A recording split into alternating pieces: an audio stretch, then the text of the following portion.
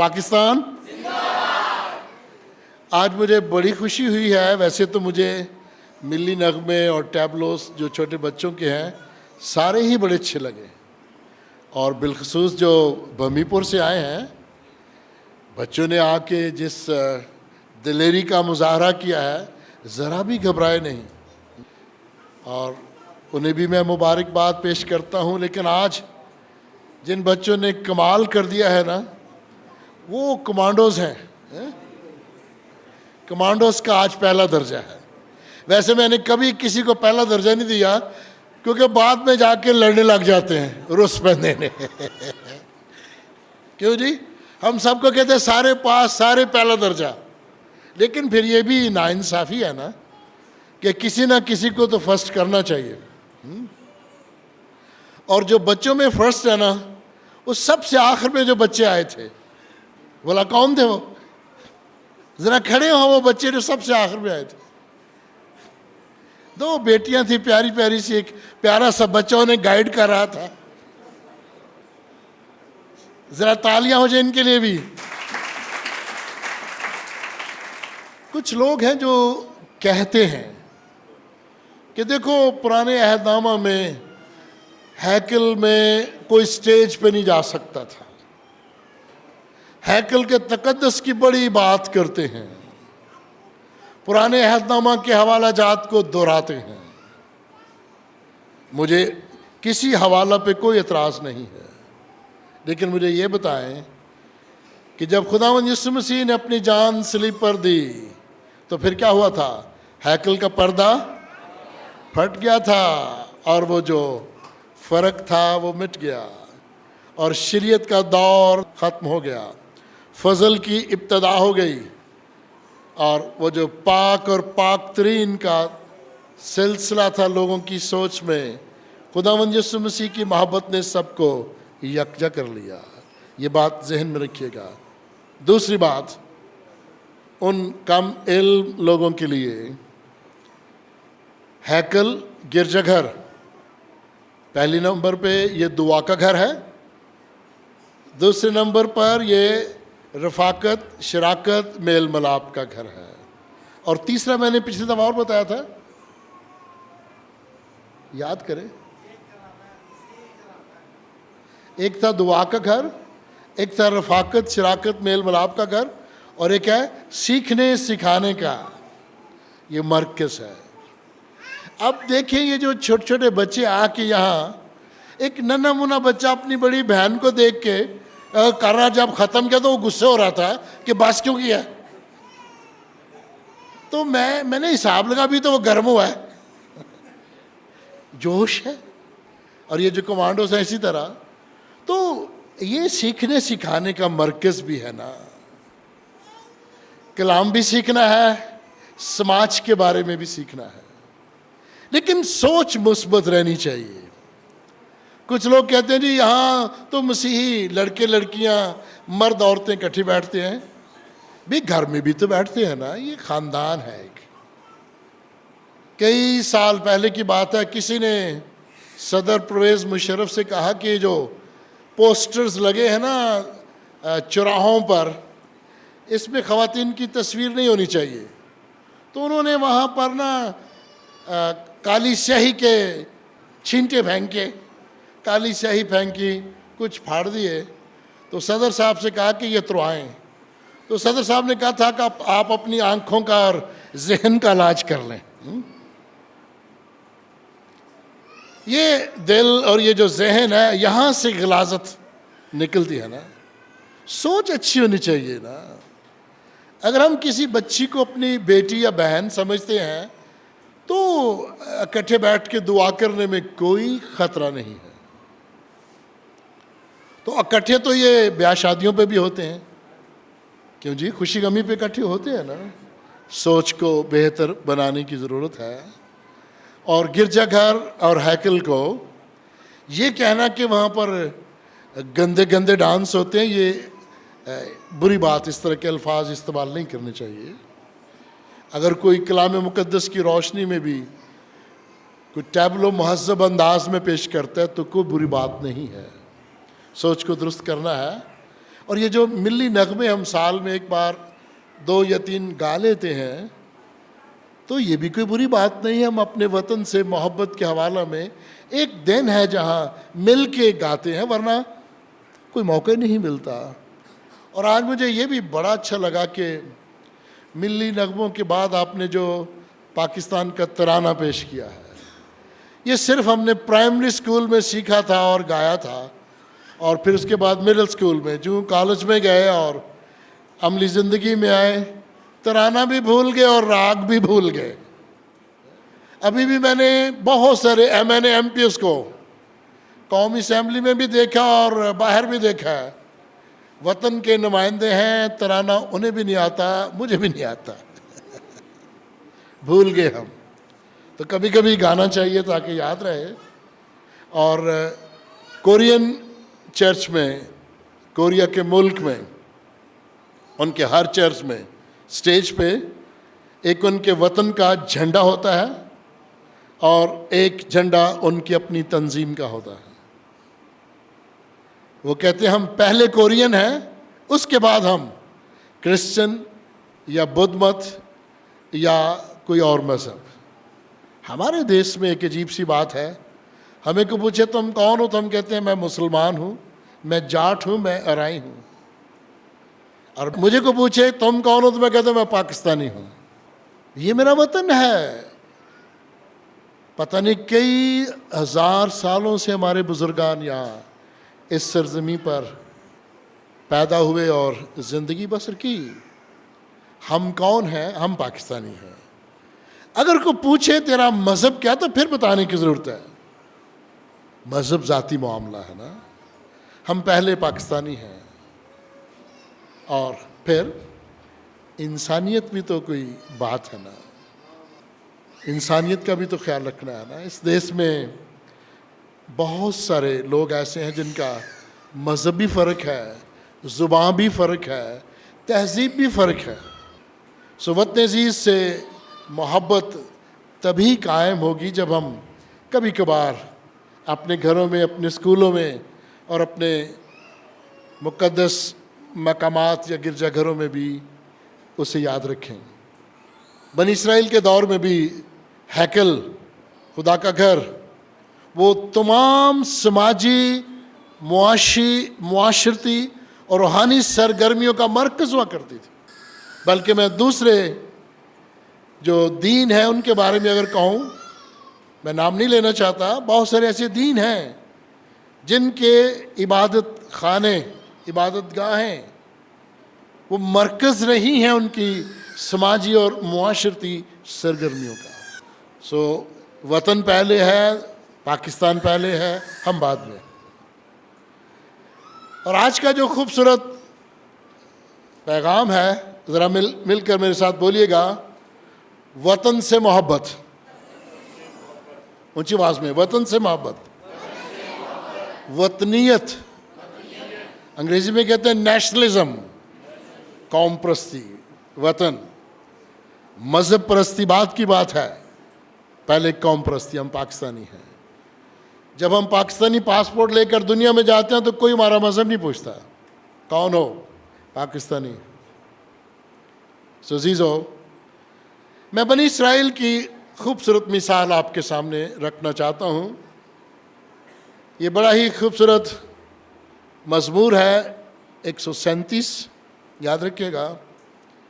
اس کو بنی اسرائیل کے اسیروں کا نوحہ بھی کہا جاتا ہے. بنی اسرائیل کے قیدیوں کا ایک بڑا ہی سنجیدہ سا غم زدہ گیت ہے. یہ وہ دور تھا جب وہ اسیری کے بعد واپس آ رہے ہیں. خدا نے انہیں ان کی اسیری سے چھڑا لیا اور وہ واپس آئے. تو اب وہ ان لمحات کو, اس دور کو یاد کر رہے ہیں اور اپنے وطن عزیز سیون کو. سیون وہ خوبصورت پہاڑیاں ہیں جن کے درمیان میں خوبصورت وادی ہے اور جسے یروشلم بھی کہا جاتا ہے. اور لکھا ہے, ہم بابل کی ندیوں پر بیٹھے, اور سیون کو یاد کر کے روئے بابل کی ندیوں پر، جہاں ہم قیدی تھے، جہاں ہم اسیر تھے۔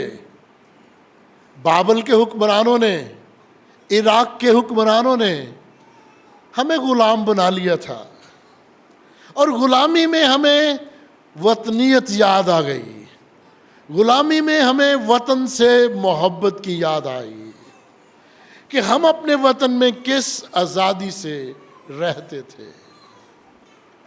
عزیزو، یہ تو غلامی کی بات کر رہے ہیں نا۔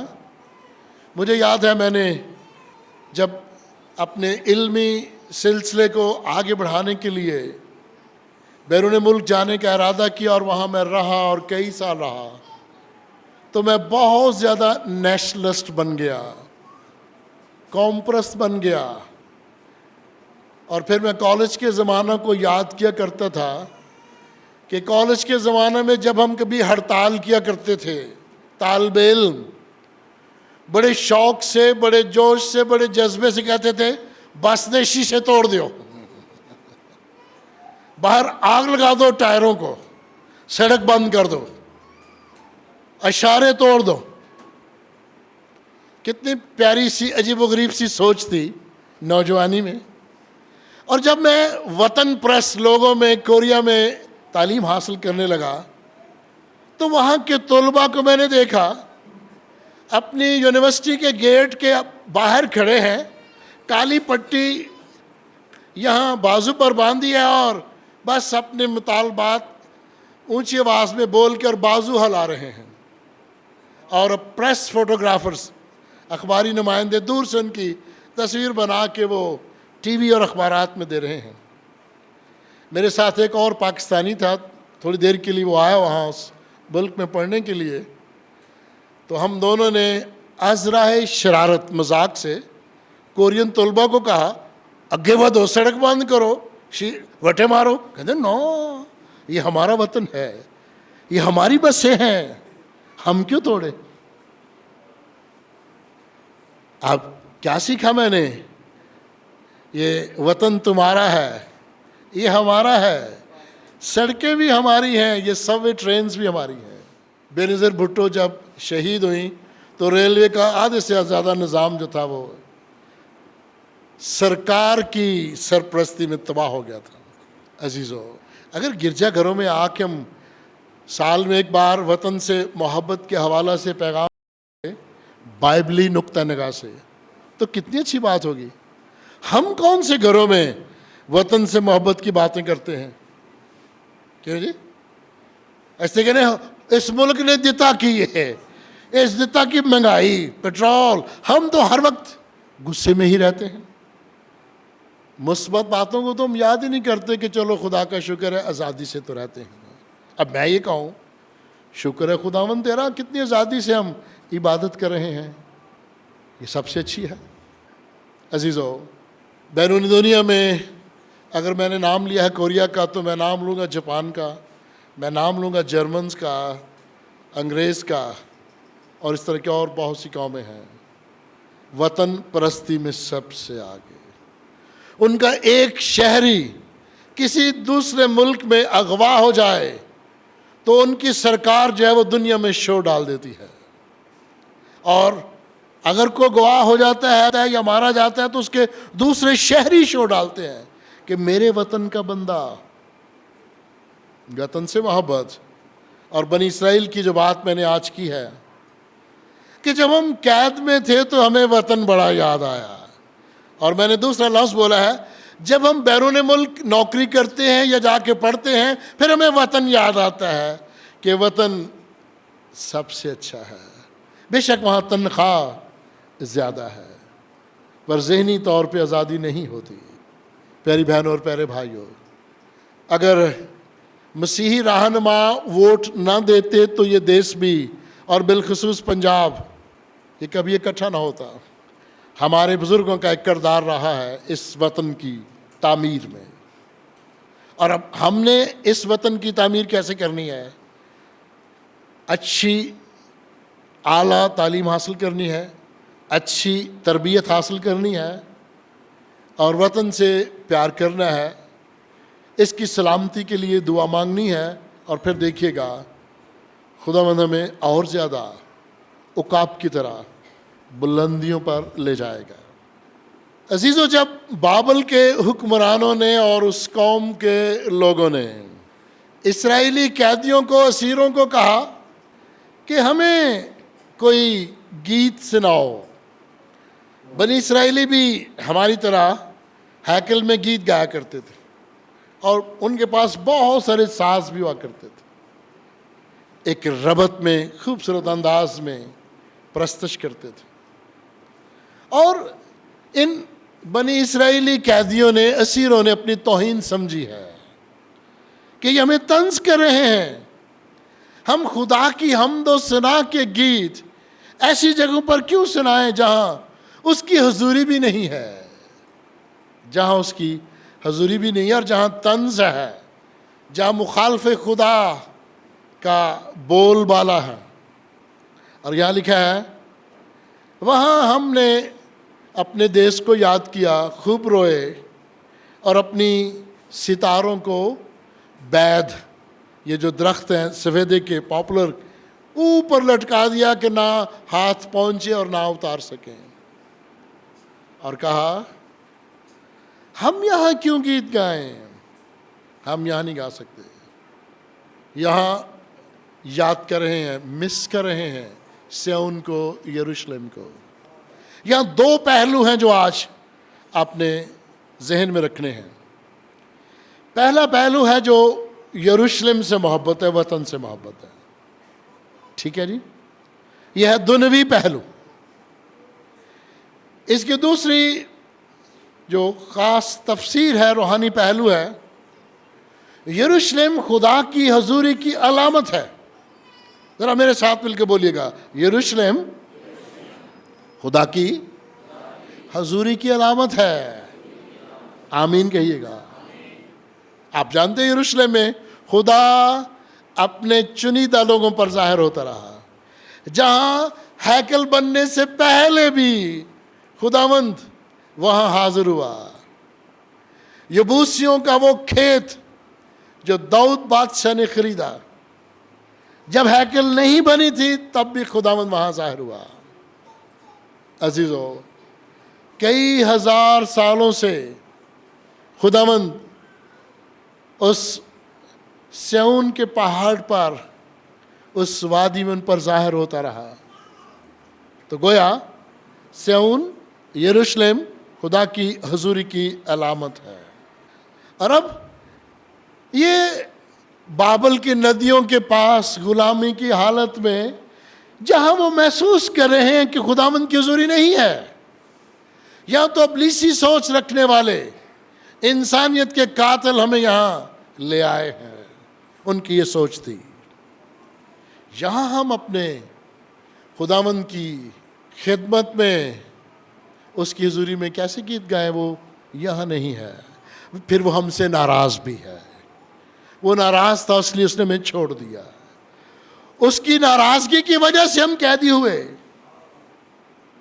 جب خداوند ہم سے ناراض ہو جاتا ہے تو وہ ہمیں ترک کر دیتا ہے۔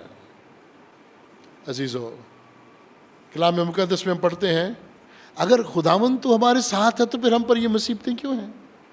وہ محسوس کرتے ہیں۔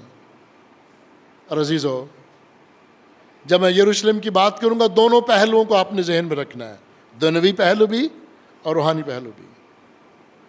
اب لکھا ہے، اے یروشلم، اگر میں تجھے بھولوں تو میرا دہنا ہاتھ، میرا ہنر بھول جائے۔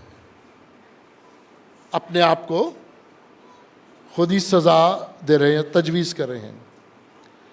اے یروشلم، اگر میں تجھے بھولوں تو میرا دہنا ہاتھ اپنا ہنر بھول جائے۔ کیا پاکستان میں لاکھوں یا کروڑوں کی تعداد میں لوگ ہیں جو یہ کہیں، اے پاکستان، اگر میں تجھے بھولوں تو میرا دہنا ہاتھ اپنا ہنر بھول جائے؟ کیا کبھی آپ نے سنا ہے؟ بہت کم۔ میں نے دیکھا ہے اپنے علم اور تجربے میں، جو بڑے سے بڑا بھی بااثر اور امیر آدمی ہے، وہ بھی پاکستان پہ مصیبت دیکھے گا تو کہے گا مینوں ویزا لوا دو امریکہ دا. اور غریب سے غریب بندہ بھی پاکستان میں برے حالات دیکھ کر کہے گا چلو امریکہ دا نہیں تے دبئی دے لوا دیو، باہر کڈوئے کری. کمپرس لوگ آخری دم تک وطن کا دفاع کرتے ہیں. جس طرح ایک خاندان میں جب ڈاکو آ جائیں، قتل و غارت شروع ہو جائے تو ماں سب سے پہلے آگے آتی ہے، حالانکہ وہ سب سے کمزور ہے بدنی لحاظ سے. وہ آگے کھڑی ہو جاتی ہے کہ پہلا مینوں مار پھر میرے بچے نوں مارے. وہ لڑتے لڑتے دفاع کرتے کرتے اپنے گھر کا، اپنی جان کا نذرانہ پیش کر دیتے ہیں. خاندان سے محبت اسے کہتے ہیں. وطن سے محبت کہاں؟ میں کلیسیا سے محبت کی بات نہیں کروں گا، اور تسی جان دے ہی ہو، اس پہ نہیں آج روشنی ڈالیں گے. جب میں نے وطن پہ روشنی ڈال دیا تو سارے پیچھے آ جانے ہیں. اور پھر اگر میں تجھے یاد نہ رکھوں اور اگر میں یروشلم کو اپنی بڑی سے بڑی خوشی پر ترجیح نہ دوں تو میری زبان میرے تالو سے چپک جائے، یعنی میں گونگا ہو جاؤں، میں بول نہ سکوں. انتہا ہے وطن سے محبت، انتہا ہے یروشلم سے محبت. اور میں آج بھی کئی ہزار سالوں کے بعد بنی اسرائیل ابھی تک یروشلم کو بحال کرنے کے چکر میں لگے ہوئے ہیں. کیوں؟ یہ میرے باپ دادا کا گھر ہے. چرچ، ہیکل، شہر، گاؤں، دیس، یہ یادیں ہیں. اور عزیزو، یہ دعا مانگ رہے ہیں، ایک عہد کر رہے ہیں. زبان تالو سے چپک جائے اور دائنا ہاتھ اپنا ہنر بھول جائے.